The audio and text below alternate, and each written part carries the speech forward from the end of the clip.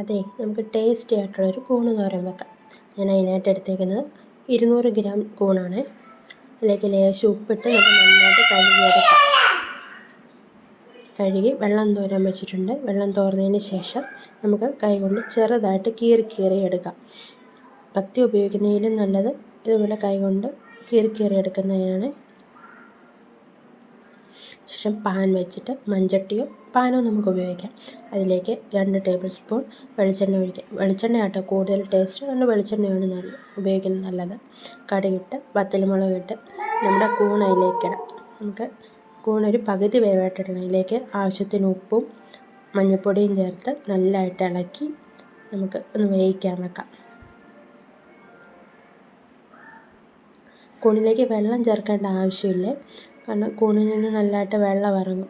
ഇത് കണ്ടോ, കൂണിലെ വെള്ളം ഇറങ്ങിയിട്ടുണ്ട്. ഇതിലേക്ക് നമുക്ക് അരപ്പെടുക്കാം.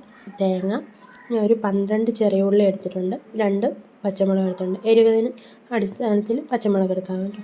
അതിലേക്ക് ലേശം മഞ്ഞൾപ്പൊടി ഇട്ട് ഞാൻ കൈകൊണ്ട് തന്നെ യോജിപ്പിച്ചെടുക്കുകയാണ് ചെയ്യുന്നത്. നല്ലതായിട്ട് ഇളക്കിയത് നമ്മുടെ കൂണിലെ പകുതി വേവായിട്ടുണ്ട്. അതിലേക്കിടാം. ഇട്ട ഉടനെ തന്നെ അത് ഇളക്കണമെന്നില്ല. ഒന്ന് അടച്ചു വെച്ച് അരപ്പും ഒന്നുകൂടെ വെന്തെടുത്തതിന് ശേഷം ഒന്ന് ഇളക്കി എടുക്കാം. നമ്മുടെ കൂണ് തോരൻ റെഡി ആയിട്ടുണ്ട്. ഇഷ്ടപ്പെട്ടാൽ ലൈക്ക് ചെയ്യണേ, സപ്പോർട്ട് ചെയ്യണേ കൂട്ടുകാരെ.